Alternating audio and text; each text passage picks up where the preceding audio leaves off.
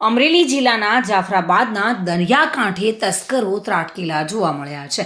Jafrabad Narmada cement કંપનીની કોલોનીમાં બે રહેણાંક મકાનમાં તસ્કરોએ ચોરી કરી હતી. નર્મદા સિમેન્ટ કંપનીના HR હેડ વિકાસ વર્મા, પરચેઝ હેડ લલિત ગુપ્તાના બંધ મકાનોમાં આ ચોરી કરવાની ઘટના સામે આવી છે.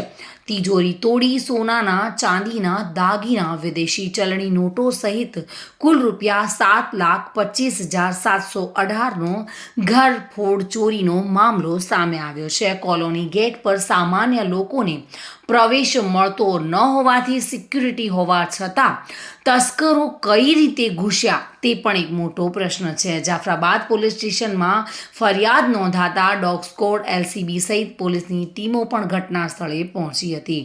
જોકે ચોરી કરનારા અજાણ્યા ઈસમોને પોલીસની વિવિધ ટીમો દ્વારા પકડવા માટે કવાયત હાથ ધરવામાં આવી છે.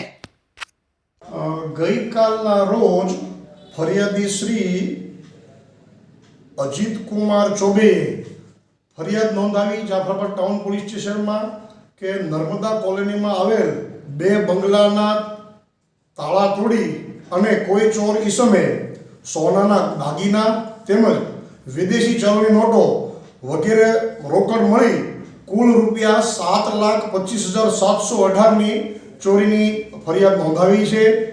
આ કામના ભોગ બનનાર છે લલિત ગુપ્તા અને વિકાસ વર્મા કે જેઓ ગત 9 તારીખથી લગ્ન પ્રસંગ સબબ બહારગામ ગયેલ હોય, અમને તેના મકાનમાં ચોરી થયેલ હોય. આ બાબતે PI જાફરાબાદ તેમજ LCBનો સ્ટાફે સાથે રહી અને ટેકનિકલ સર્વેલન્સ તેમજ હ્યુમન ઇન્ટેલિજન્સની તપાસની અલગ અલગ ટીમો બનાવી તપાસ હાથ ધરી છે અને ગુનો ડિટેક્ટ કરવાના પ્રયત્ન હાલ શરૂ છે.